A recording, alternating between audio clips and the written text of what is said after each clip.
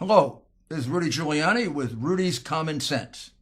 Today, we're going to concentrate on Michigan.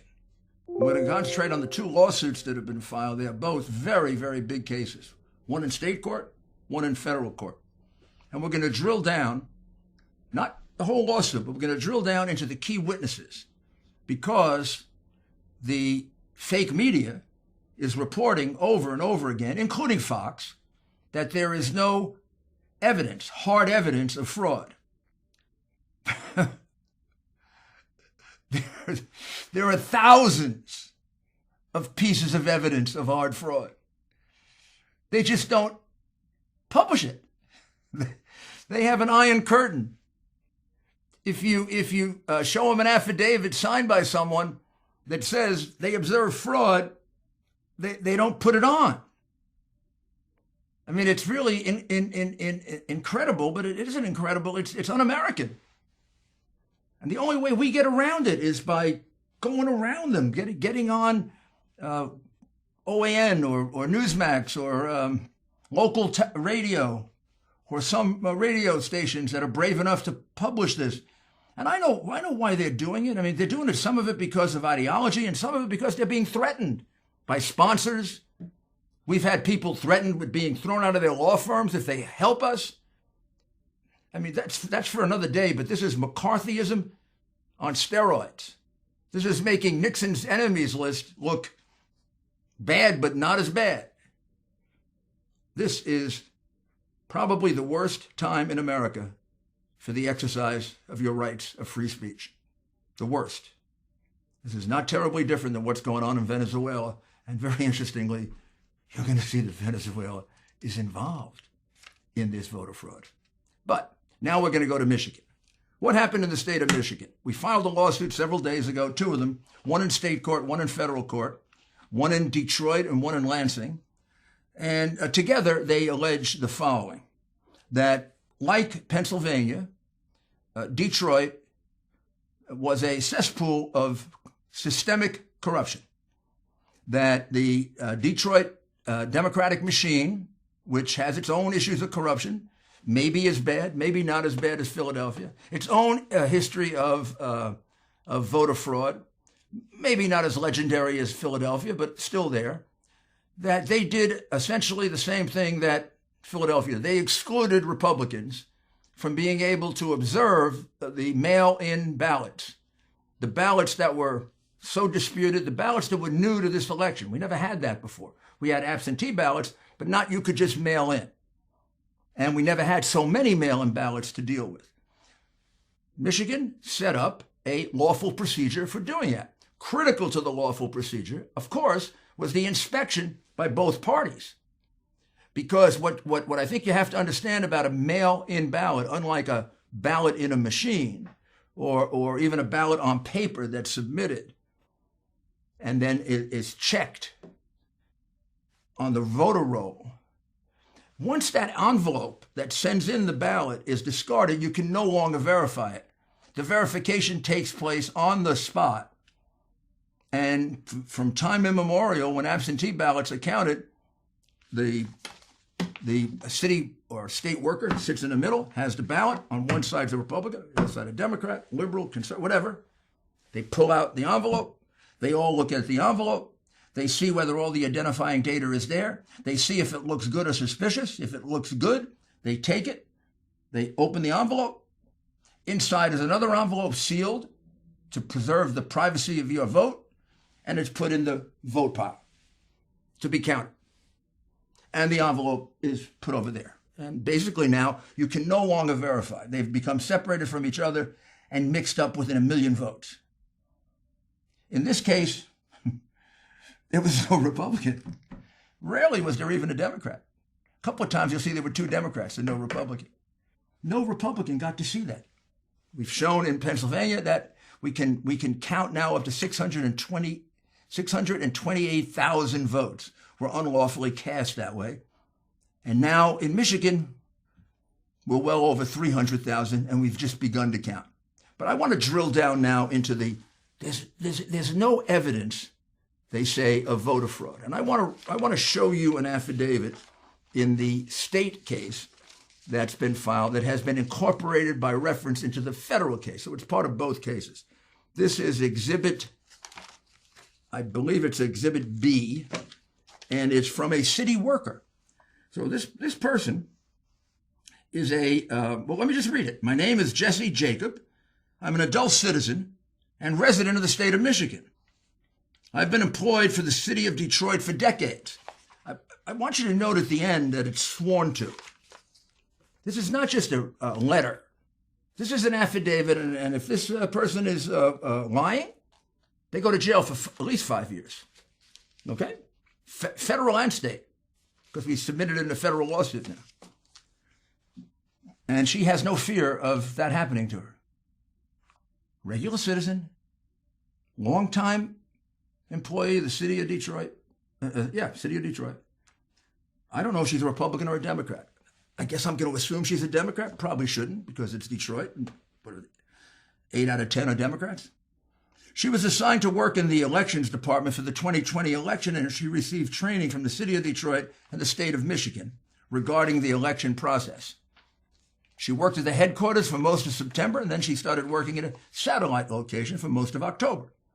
She processed absentee ballot packages to be sent to voters while I worked at the election headquarters in September 2020, along with 70 or 80 other workers. I was instructed by my supervisor, quote, to adjust the mailing date of these absentee ballot packages to be dated earlier than they were actually sent. First crime. Ordered to do it by her supervisor, a city worker. First fraud. First crime. The supervisor was making announcements for all workers to engage in this practice. So it wasn't individual, it was pervasive. At the satellite location, I processed voter registrations and issued absentee ballots for people to vote in person at the location. I directly observed on a daily basis City of Detroit election workers and employees coaching and trying to coach voters to vote for Joe Biden and the Democrat Party. Completely illegal. That's me. Editorial aside. She goes to say, I witnessed these workers and employees encouraging voters to do a straight Democrat ticket. I witnessed these election workers and employees going over to the voting booths with voters in order to watch them vote and coach them for whom to vote. During the last 2 weeks, while working at this satellite location, I was specifically instructed by my supervisor not to ask for a driver's license or a photo ID when a person was trying to vote. Gosh, let's not see if they're an illegal alien. Let's not see if they come from New York. Let's not see if they were sent over from Chicago, where they surely were going to win. So why waste time in Chicago? Come and vote in Detroit like they do from Camden to Philadelphia in almost every election. Where Democrat machines control a place, they cheat. And why wouldn't they? They steal. Why wouldn't they cheat?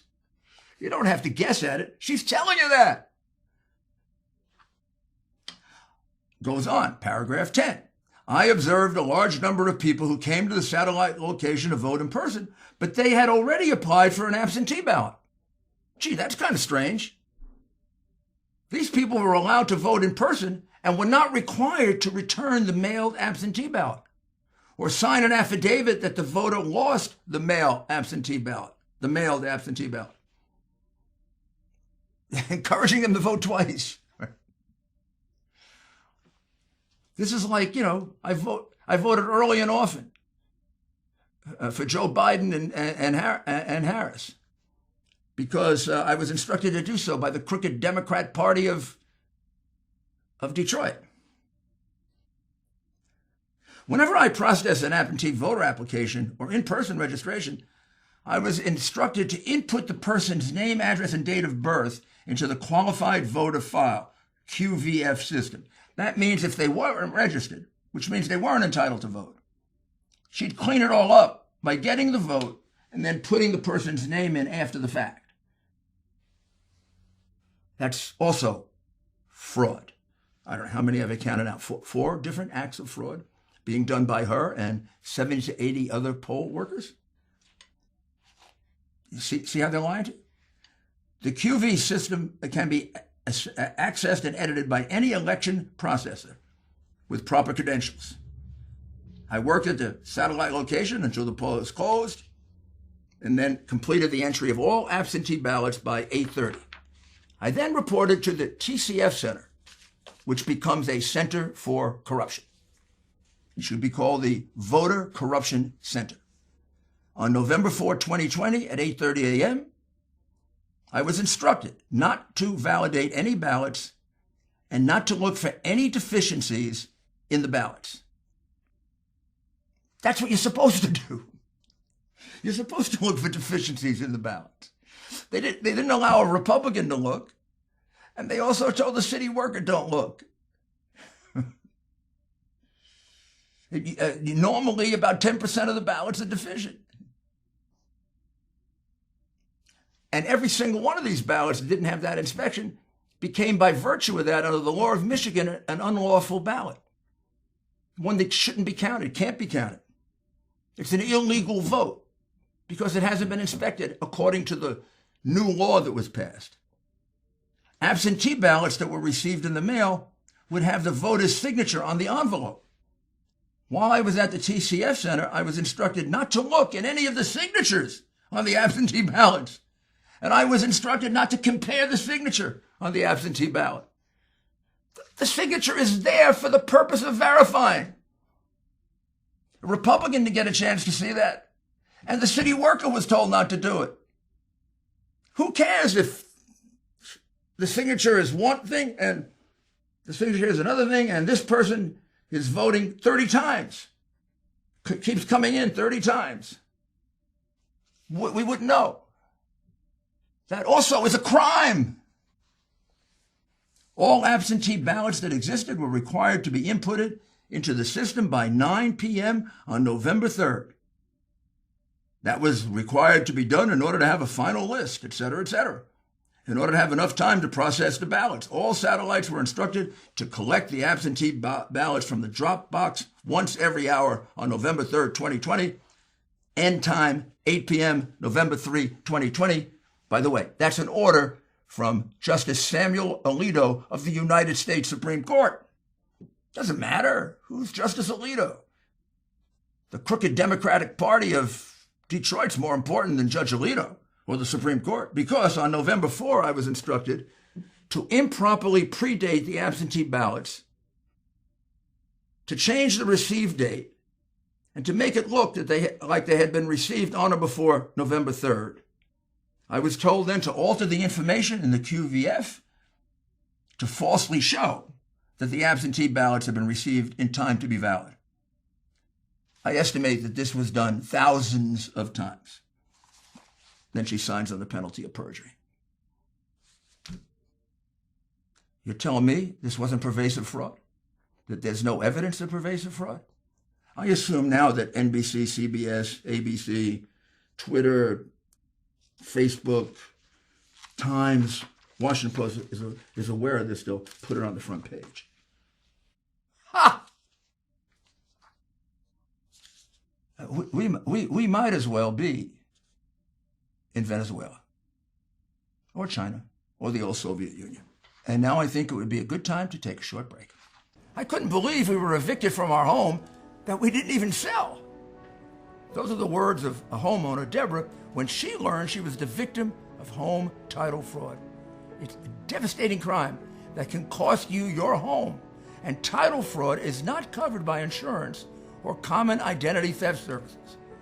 The only folks to trust that I know of to protect your home's title is Home Title Lock. Cyber thieves have discovered the titles to our homes are kept online. They forge your name on your deed stating you sold your home, and they refile as the new owner. In Deborah's case, she didn't even know she was a victim until the eviction notice arrived in her mail. Home Title Lock protects you and your home by putting a virtual barrier around your home's title.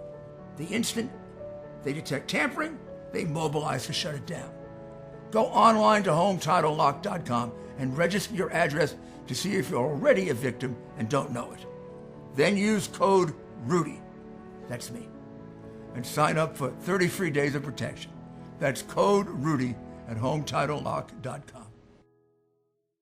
Welcome back, and let's get back to the evidence and the proof that's being denied you because of the iron curtain of censorship. Let's get right back into it. Now we get to the second part. Of the affidavits. These are two affidavits. One is from Andrew Cito, a poll challenger, and the other is from Melissa Carone, an employee of Dominion Voting Services. Dominion Voting Services was the company that was selected to count the ballots. Very, very strange selection since they're a foreign company. It's going to turn out to be a very strange selection when you learn all the facts about Dominion Voting Services and who financed it and where the money came from and where these votes went so they could be manipulated. But that's not part of this direct case right now. That'll be another case. Let me tell you what these two together say. First, Melissa Carone, not an employee of anybody, not a political person, worked for Dominion Voting Services. She says, I witnessed countless workers rescanning the batches without discarding them first, which resulted in ballots being counted 4 or 5 times. This is in the TCF Center in Detroit, where basically 8 out of every 10 votes was for Biden. Except it wasn't 8 out of every 10. It was 8 out of 10 falsely magnified by 4 or 5 times. Over 400 ballots were scanned, had gotten blocked, which means one batch was counted over 8 times. This happened countless times while I was at the center. I confronted my manager, Nick Okonomakis, saying how big of a problem this was. Nick told me he didn't want to hear that we have a big problem. He told me we are here to assist with IT work, not to run their election. I guess they're there also not to be citizens of the United States and report crimes. I overheard numerous workers talking during shift change in which over 20 machines had 2 Democrats judging the ballots, resulting in an unfair process. Then we have the most interesting thing of all, that Mr. Cito and Ms. Carone both would observe at the same time. So let's go to Ms. Carone's version first. Sometime around 4 a.m, there was 2 vans that pulled into the garage of the counting room. This is after most people had left and most Republicans had left because they thought it was over. The counting was over. And Trump was still ahead by about 130,000 votes, which they were extremely nervous about, say these witnesses. The 2 vans pulled up into the garage of the counting room. These vans appeared to be bringing food, but no food ever emerged from the vans. Instead, something like over 100,000 ballots came out of nowhere. Not in the usual containers, in cardboard boxes, in bags, some of them falling out, and they're all thrown on a table. And it was announced that Michigan had discovered over 100,000 more ballots after they had counted all of the mail ballots. But 100,000 more were just discovered in the middle of the night. And when a worker, she observed, when a worker couldn't read it, or all they did is just throw it in. They didn't bother to observe it. They were just being thrown in. When there wasn't a name, the worker would sign the name of the person that the ballot belonged to, which is clearly illegal. There was a time I heard Samuel talking to Nick about losing tons of data. Ultimately, she called the FBI and made a report with them, and I was told I will be getting a call back.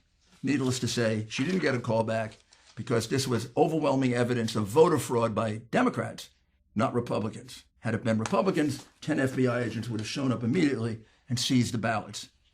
You know that. You know there's something seriously wrong with the upper echelon of our FBI. Now, just in case you don't believe her, even though she signed under penalties of perjury, Why would a woman do that if it wasn't true? But there it is. And by the way, whether you believe it or not, it's evidence. They're lying to you when they say there's no evidence. This is evidence of systemic, pervasive voter fraud in the city of Detroit at such a level that it changed the numbers and made Biden the winner and not Trump. Because we can count out at least 320,000 votes that were unlawful and illegal, including the 100,000 that came in at 4:30 in the morning. And there are more witnesses to that, by the way. I just gave you the 2 under oath. There are more witnesses to what I told you, that it definitely happened. This is very powerful evidence. So let's take a short break and we'll be back with even more. How bad is it? Your back, knee, or neck pain? My knee pain was awful.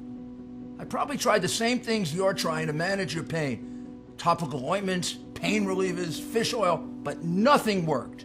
Then I tried Omega XL. And here's why. The underlying cause of painful, achy joints and muscles is inflammation. The key is to knock down inflammation before it causes permanent damage.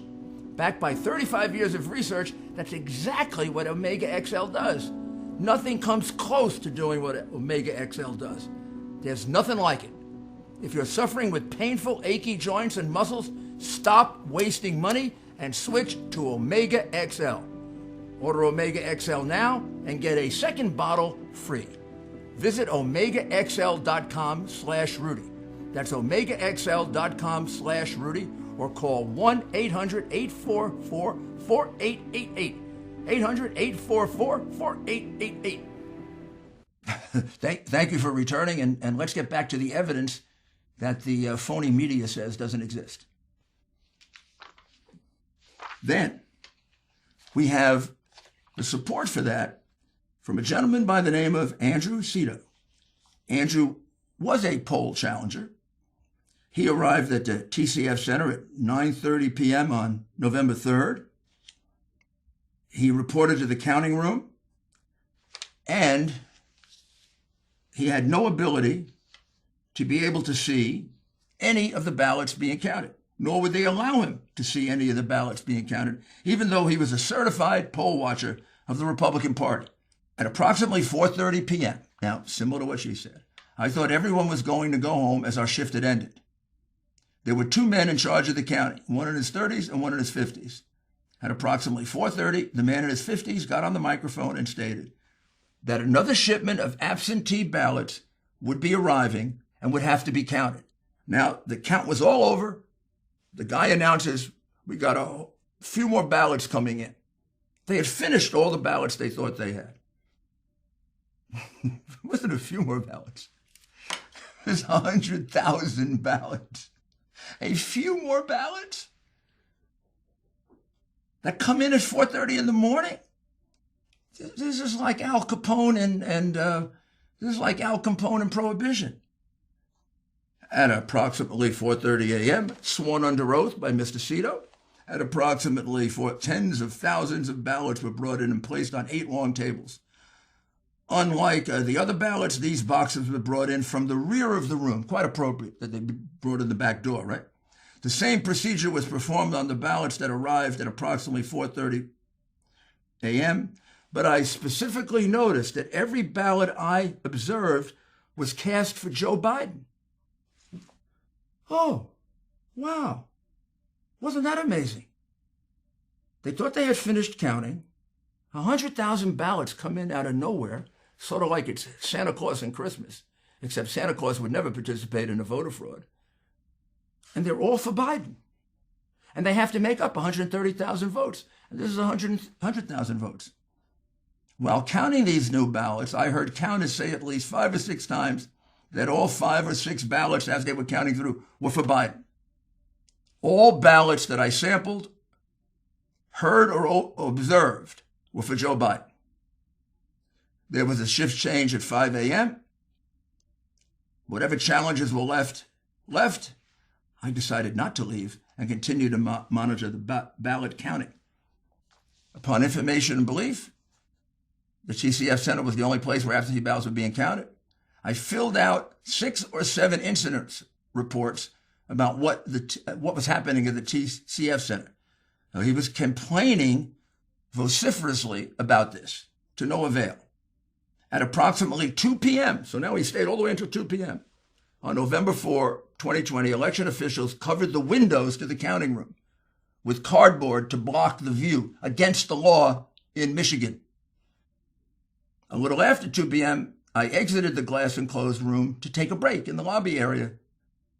When I tried to go back into the counting room, security guards refused to allow me back into the monitoring room to carry out my duties as a observer, credentialed observer. Previously, people could come and go freely into the counting room. Sworn to by Mr. Cito. 100,000 ballots at 4:30 in the morning? That's massive voter fraud. When you combine it with the votes that were counted without Republican observers, as the law required, we're talking about approximately 230 to 300,000 ballots that were unlawful, way beyond Biden's phony margin of victory. It sounds like, in fact, this is going to end up with Trump being pretty close to the 300, well, probably half the 300,000 that he had on the night of the election, which actually is what most mathematicians would tell you was the most they could have really reduced it if they did it legally. And the reason they had to rush in those 100,000 ballots, we can now show, is because they panicked. The Democrats didn't expect that he'd run that well. And then I want you to consider one other thing in conclusion. How is it that in 10 different Democrat-controlled cities, with crooked Democrat machines, with a long list of people that have gone to jail over the years, how is it that every single leader there woke up on the morning of November 3rd and said, we have this new mail process, and we're going to shut out the Republicans from observing. Even though whenever we do absentee ballots, we have to allow the Republicans to observe. And even though the law says we have to allow the Republicans to observe, we're going to take the risk of violating the law because we control these cities so much. But it was like the individual idea of the leader in Philadelphia, and the one in Pittsburgh, and the one in Detroit, and the one in Milwaukee, and the one in Minnesota, and the one all the way out in Phoenix, Arizona, and Las Vegas, Nevada, and Atlanta, Georgia. They just came up with this on their own. We're going to shut out the Republicans? Or do you think this was a concerted plan executed by the Democratic National Committee and the crooked Biden campaign? Look, let's get real. Joe Biden plagiarized and cheated his way through law school. Joe Biden plagiarized and tried to cheat his way through his first presidential election. The Biden family and Joe have made millions, 30 to 40 million alone from China. And we have a text in which Hunter Biden says half of that goes to Joe. The man, sold himself so many times. Why wouldn't he cheat? The evidence is overwhelming, ladies and gentlemen. He stole an election. Now we have 2 states. Those votes have to go to Trump. We're going to move on now to Nevada. You don't think it's worse in Nevada? I already know it's worse in Nevada. Phoenix, Atlanta. We're not going to stop. We've been threatened. We've been told we can never get jobs. We've been told we can't be allowed in polite society. We've been told all kinds of things. I'm very proud of what we're doing. We're saving the integrity of the American electoral process, which has been trashed by a crooked leadership of the Democratic Party. And I want to say to Democrats, even those who voted for Biden, this isn't your fault. This isn't your fault. This is the leadership of your party. It got corrupted by Clinton, and it never got uncorrupted. And now they've become major world-class crooks. Stealing an election is nothing for these people. Nothing. They certainly stole the election in Detroit. They certainly stole the election in Pennsylvania. There were over 100 witnesses to that. And, you're going to see the same thing is true in 5 other places. And then we're going to take a look at Dominion, and we'll show you how technologically they stole the election. So keep paying attention to this podcast and the others, as well as OAN and Newsmax and the local radio stations that have the courage to present the information to you. A lot of it, is getting through. We're going around that Iron Curtain. It's kind of like the Berlin Wall, and never thought I'd see this in America, but we're going to defeat it. This is a great country. We've got great people. My goodness, you have unbelievable common sense. So stick with us. We'll be back very shortly with a lot more evidence, very much like this. Thank you.